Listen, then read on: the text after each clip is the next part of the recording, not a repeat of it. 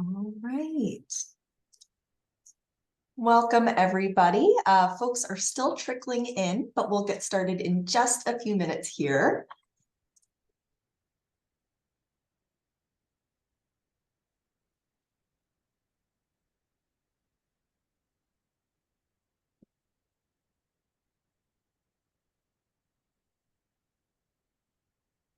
All right, welcome. Thank you all for joining us today. My name is Claire Fuller. I'm the Public Programs Manager here at Hillwood Estate Museum and Gardens. So thank you for joining us virtually today. I'm delighted that we can gather virtually this afternoon for our virtual holiday decor tour. We hope that those of you in the DC area will be able to visit soon to explore the mansion, the gardens, and of course our holiday decor. You can find more information about upcoming programs here at Hillwood on our website at hillwoodmuseum.org. So before we get started today, we just have a few notes. Our wonderful floral and event decor designer, Ami Wilber, will guide us through the mansion to explore the holiday trees. The tour will run for about 30 to 45 minutes, leaving time for questions along the way.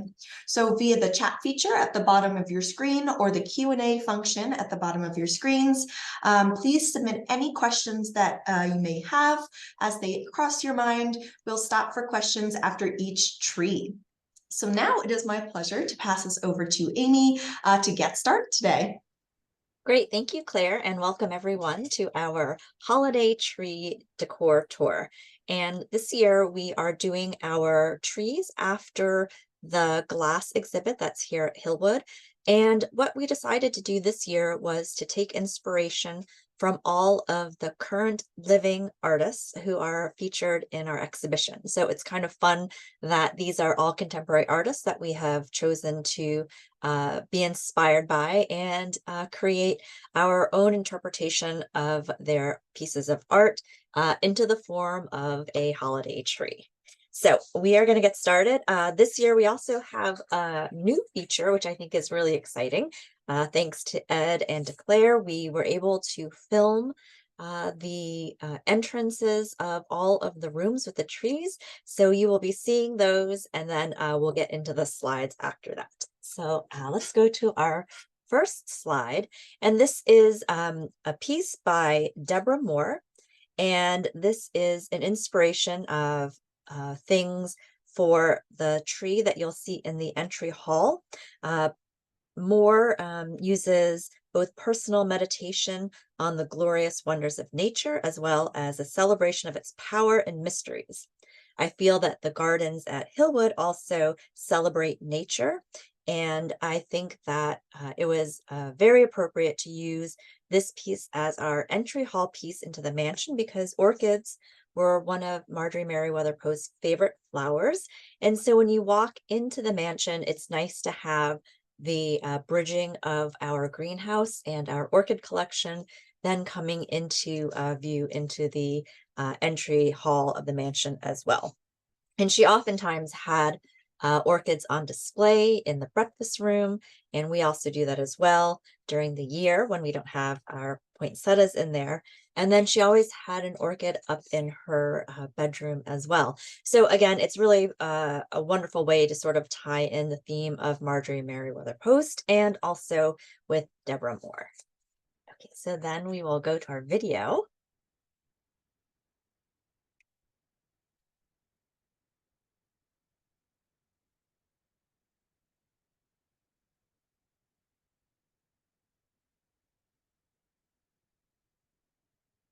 Wonderful. So as you notice in the video and then looking at the photograph of the tree, you will see that they are filled with orchids. So we did something a little bit different this year, and we actually used the live orchid plants. So you'll see in the close-up a little bit that there is these glass vases that are filled with the actual orchid plant. So we have about 25 orchid plants in this tree total. And then we also have some permanent botanical stems of orchids as well. And we really wanted to sort of play off both the concept of the color and the design of Deborah Moore's piece, and then also bring it into the tree, which is why you'll sort of see a reflection of like the blues and the greens, as well as the other colors that are then represented in the orchids as well. So let's go to the next slide, please.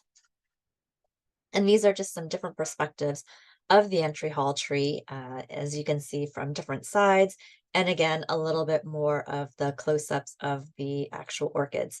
And when we took these photographs, which were actually last week, a lot of the live orchids were not quite in bloom. But when I went into the mansion this morning, I saw that most of them are now in full bloom. So it's lovely to see. So you'll have to definitely come and check that out as well. Next slide, please. And here you can kind of see an up close picture of the orchids. You can see like the roots that are in the vases as well. Okay, let's go to our next slide. And then we also do the banister, and we do a wreath that is hanging in the entry as well. So again, we wanted to tie in that same theme from the tree, from the piece of Deborah Moore's, and then into the wreath and the banister as well.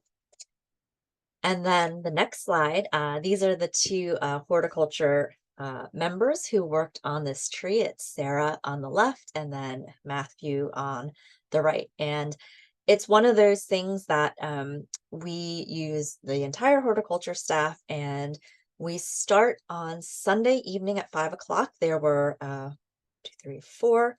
There are 4 of us who put up all the trees, got them lit, strung up the lights, made sure that everything was looking good. And then the next morning, starting around 8 o'clock, it was the entire horticulture team, and we put up all of the trees between 8, and I think we finished at a little bit before 2:30, 3 o'clock. So it's a very quick process for us, but because we have the entire team of horticulture working, it really goes by I think relatively smoothly. I think that it turned out really well this year, and I think that everyone did an amazing job. So for each of the trees, I will sort of give a little shout out to the people who helped for each of them. The next slide, please. And so then we're going to go to the pavilion, and this is inspired by the artist Tim Tate.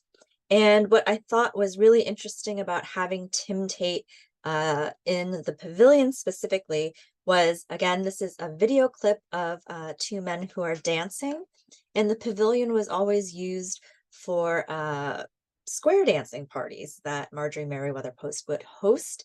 So I thought that the connection of both people dancing is also a very kind of fun tie-in. And then also Tim Tate is very much an activist.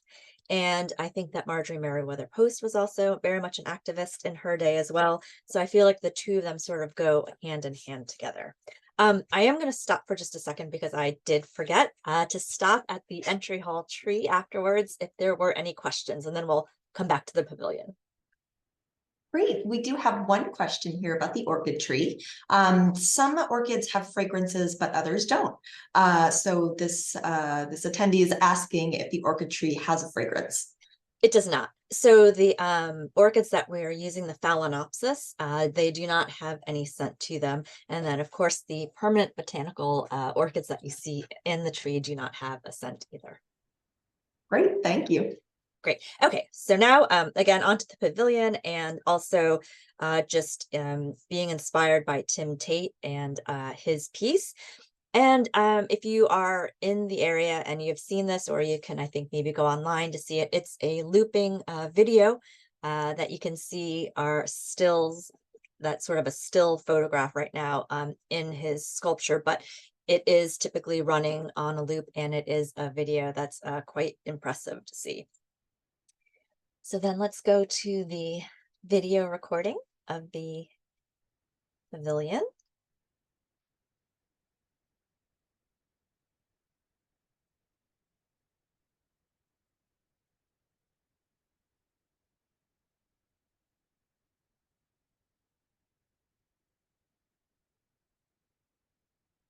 Fantastic. So the inspiration again for this tree was really trying to pick up the color motif from Tim Tate's piece, but then also I really wanted to capture sort of the essence of the piece. And so we took still photographs from that video and then we framed them to then go onto the tree to really bring his piece of work into the tree as well. We used permanent botanical roses and some other garden flowers to also mimic the flowers that you do see in his sculpture as well. And again, we are trying to pick up the same kind of colors that were within his original piece. And again, these are all sort of, interpretations of how I saw the piece of art, and then also how it is that we could make it into a holiday tree. So it's a lot of I wasn't trying to necessarily take exactly the meaning behind the pieces that they were doing, but more in a broad sense of understanding the person as an artist and also their vision, and then trying to again formulate that into a tree. Okay, so next slide, please. And these are just some close-ups you can see of the ornaments and of the flowers, and again, of the framed pictures that are in the tree. Great. And then this was Kevin and Jared helping on this tree to really bring it to life. Are there any questions about the pavilion tree? So we've got a couple of questions here. Okay. One question is actually about the orchid tree. So the question is, how do you anchor the glass faces to the tree? So one of the things that I was excited about, I'll get, this is a perfect segue for that as well. So the tree, the vases that are on the tree were actually something that we used for our step and repeat wall back at the June gala. So they are glass vases that have a hole that's cut into the back of them so that you can, I think, like hang them like on a nail to hang on your wall. So there's a hole in the glass vase that we then wired through that onto the tree branches.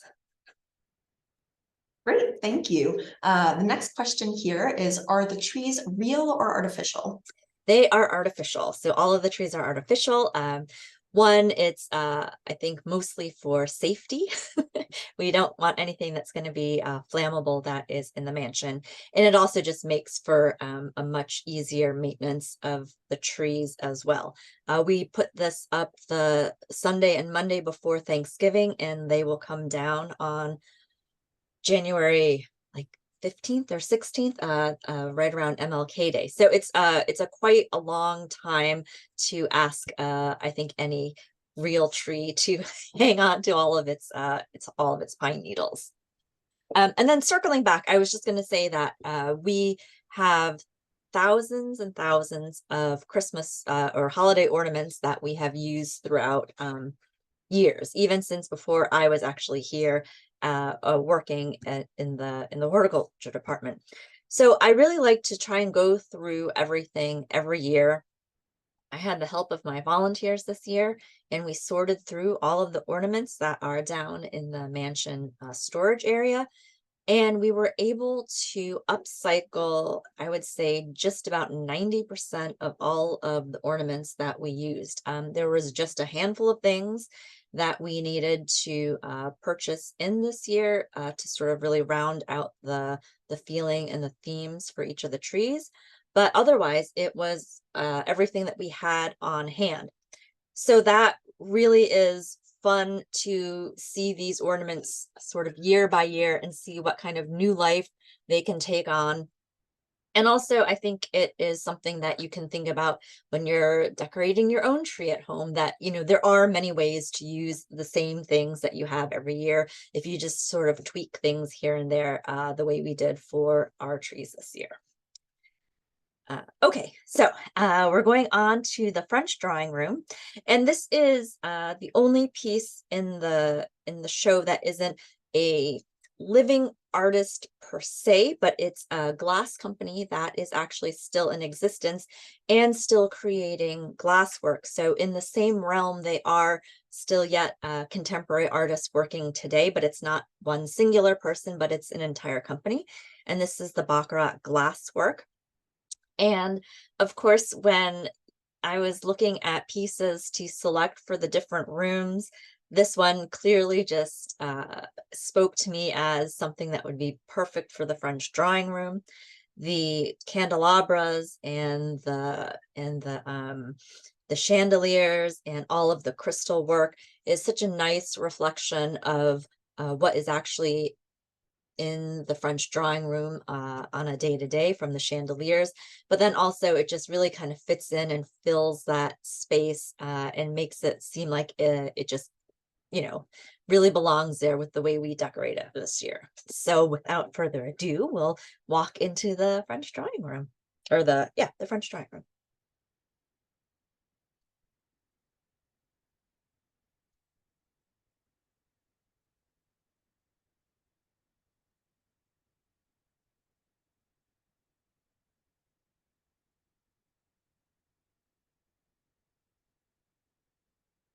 Wonderful.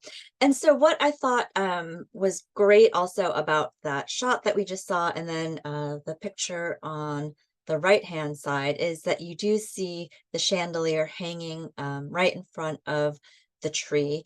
And we actually had chandelier ornaments that from some years past. So we were able to put those onto the tree to really sort of tie in that theme of the chandeliers that are hanging in the French drawing room, along with the theme of the Baccarat glasswork. And I really wanted this tree to be very opulent, and all the ornaments on here are all crystals and rhinestones and sort of anything glittery and sparkly, and it's all in that very neutral, I guess, crystal color, which would be, sort of translucent, but also like a whitish kind of look. And we also have this amazing garland that's being draped throughout the tree, again, to really give that feeling and image of the different candelabras and the chandeliers that are produced by Baccarat, and then that are also in the exhibition itself. So next slide. And again, you can really see like the close-up of all of the ornaments that are on this tree. And it is really one of those things that I feel the images don't necessarily do this tree enough justice, because when you walk in, I think that you see this tree and it really is just sparkling. So I find it quite amazing. Next tree, or next slide.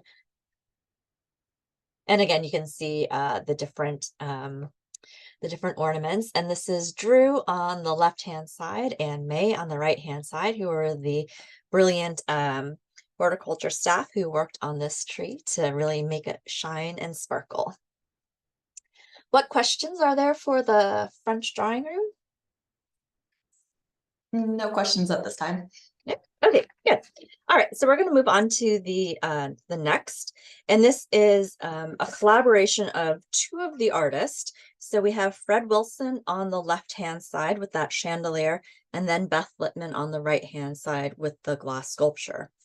And the one thing I thought was interesting about Wilson and Littman, other than the fact that they were both working in black and white as their color palette, but also that they're asking a lot of questions of the viewer, things that you either assume or you don't assume by looking at something first without actually knowing what it is that you're looking at. So I thought that the two of them together could really combine to make a really powerful and interesting tree. So that's why we wanted to put the two artists together for the dining room tree, and especially the fact that the dining room tree is in the dining room, and that Fred Wilson's piece is hanging in the breakfast room, so it's very adjacent, and then right next door is Beth Littman's piece. So I do feel that you can look at both of those pieces individually and have your own moment with them when you're looking at it in the breakfast room or when you're looking at it from the library, but then also really seeing them together and how they work so nicely. So let's do our little video tour of the dining room.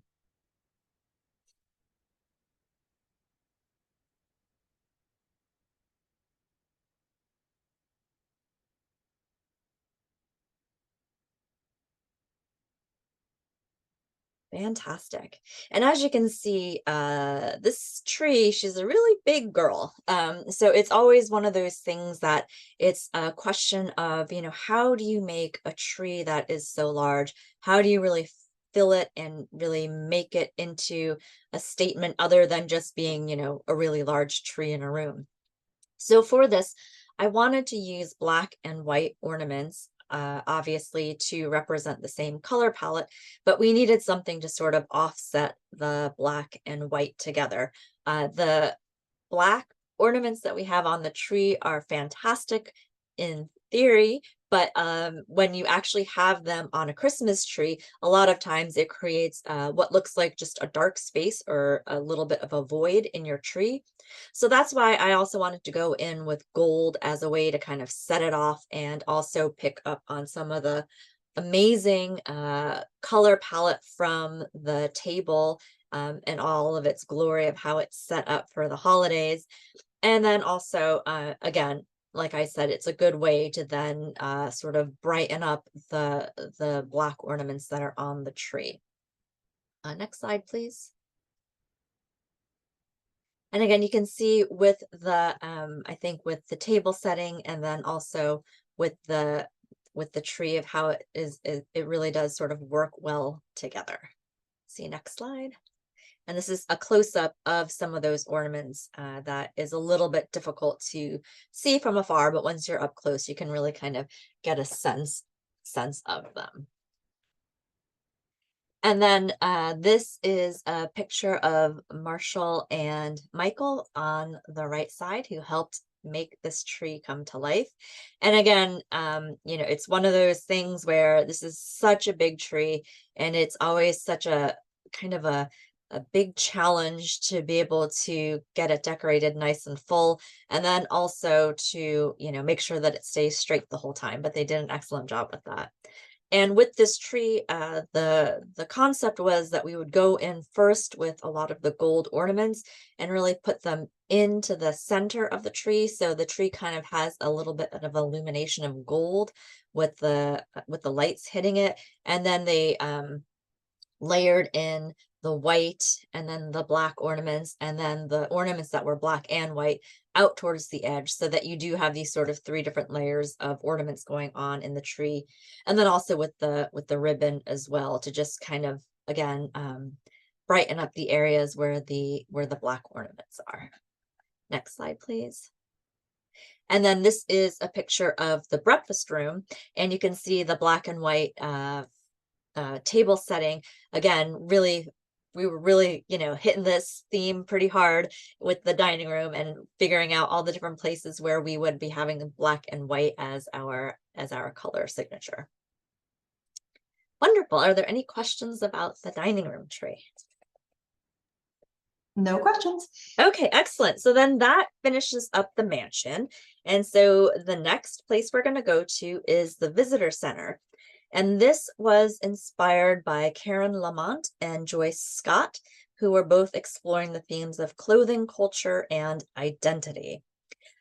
With this tree that I had in mind, I really wanted to pick up on the sort of gauzy fabric to represent Lamont, and then I wanted to get some yellow ornaments to represent Scott to really have the two of them come together.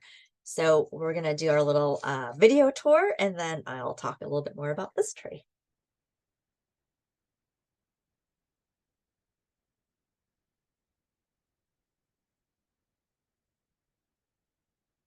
And again, this was some great filming by Ed, so I really appreciate that.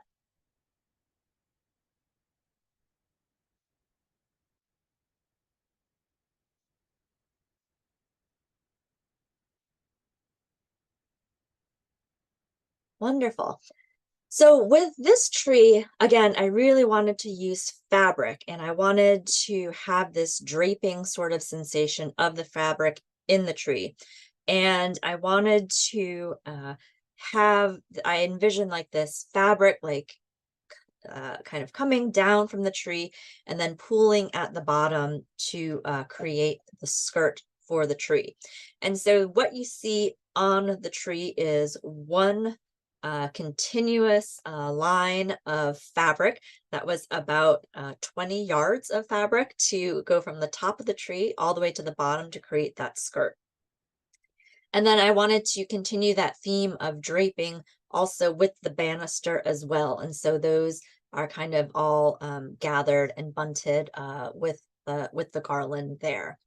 And again, using the color palettes of grays and silvers, and then using the yellow as an accent and highlight to represent Joyce Scott in the tree as well. I think when I first was talking about this tree in particular and what I envisioned for it, I wasn't sure really how, gray and silver fabric and then yellow ornaments were going to go together. But I think that it came together like really well, and it created a very, I feel, elegant sort of feel of the tree. And to me, that was very reminiscent of the two female artists who are represented here and sort of their elegance in the way they are creating sculptures and representing themselves as artists. So I was really happy that it was all, tied into one sort of kit and caboodle with the fabric and the ornaments. And it was also, I think, a bit of a nod to more traditional holiday decorating when you have these garlands like being wrapped around with like different fabrics and things like that. And this, I feel, has a little bit more of a contemporary twist to it. And I think that it ended up working out really well. And I was really pleased with how this one came out. It was sort of, I think, the wild card of all of the trees, because the other trees, I could easily sort of visualize what was going to happen. But this one, the fabric was quite, we were dealing with 40 yards of fabric total. So it was a lot of fabric, and I wasn't, 100% sure how it was going to all pan out, but I think it ended up beautifully. Next slide, please. And again, this is sort of a close-up, so you can kind of see the fabric and see the different ornaments with the tree. Next slide. And then this is us trying to hang all that fabric with the garland. There's Andrew and Matthew and myself and Victoria, who is our seasonal gardener. And then, of course, Jessica on the right side, who hung all of that fabric, all 20 yards of it, down the tree for the visitor center. Great, and I think that's it. If there are any questions. Well, we have one question here. Amy, do you have any tree decorating tips that folks can apply to their own trees? Definitely. So I actually just decorated my parents' tree at home over the weekend, and I was trying to, get everyone to just decorate it the way I wanted to, but I wasn't able to outsource that. I decorated it myself instead of having a staff of 13 to help me out. But one thing that I always think is sort of the easiest thing to create fullness in your tree is to do your ornaments in depth, so that you have larger, bigger ornaments that you push in closest to the trunk of the tree. And then you have your more delicate ornaments that come all the way out to sort of hang off the edges of the tree. And then the medium-sized ornaments kind of in the middle. And I think by doing this sort of layered effect of your, bigger ornaments, your really delicate, tiny ornaments, that helps with giving it a little bit of depth. My other thing that I think is a great way if you're really trying to fill your tree and give it a little bit of volume is to use permanent botanicals or any sort of like magnolia leaves or any other like branchy type greenery that you have that you might want to fill in as well, because that will take up a lot of space and you can really kind of fill in an area more with that than just a lot of like little tiny sort of delicate delicate ornaments. So I kind of go about, composing a tree the same way I would for doing a floral arrangement, in the fact that, you put your largest pieces in first, and then you have all of your sort of whimsy accents out, towards the side, or you layer those in at the end. Wonderful, thank you. No other questions. We got a couple folks saying that they love to see the decorations. It looks beautiful, and their folks are excited to come see in person. Excellent. Wonderful. Well, if no one has any other questions, then that concludes our virtual holiday decor tour today. So thank you again so much, Amy, for the lovely presentation and the beautiful trees. I highly encourage all of you all, if you are able to come visit Hillwood in person, to see these spectacular decorations. Also, encourage you to see our special exhibition, Glass, Art, Beauty, Design, before it closes in January. So thank you again, Amy, and thank you all for joining today. Great. Thank you, Claire. Happy holidays. Happy holidays.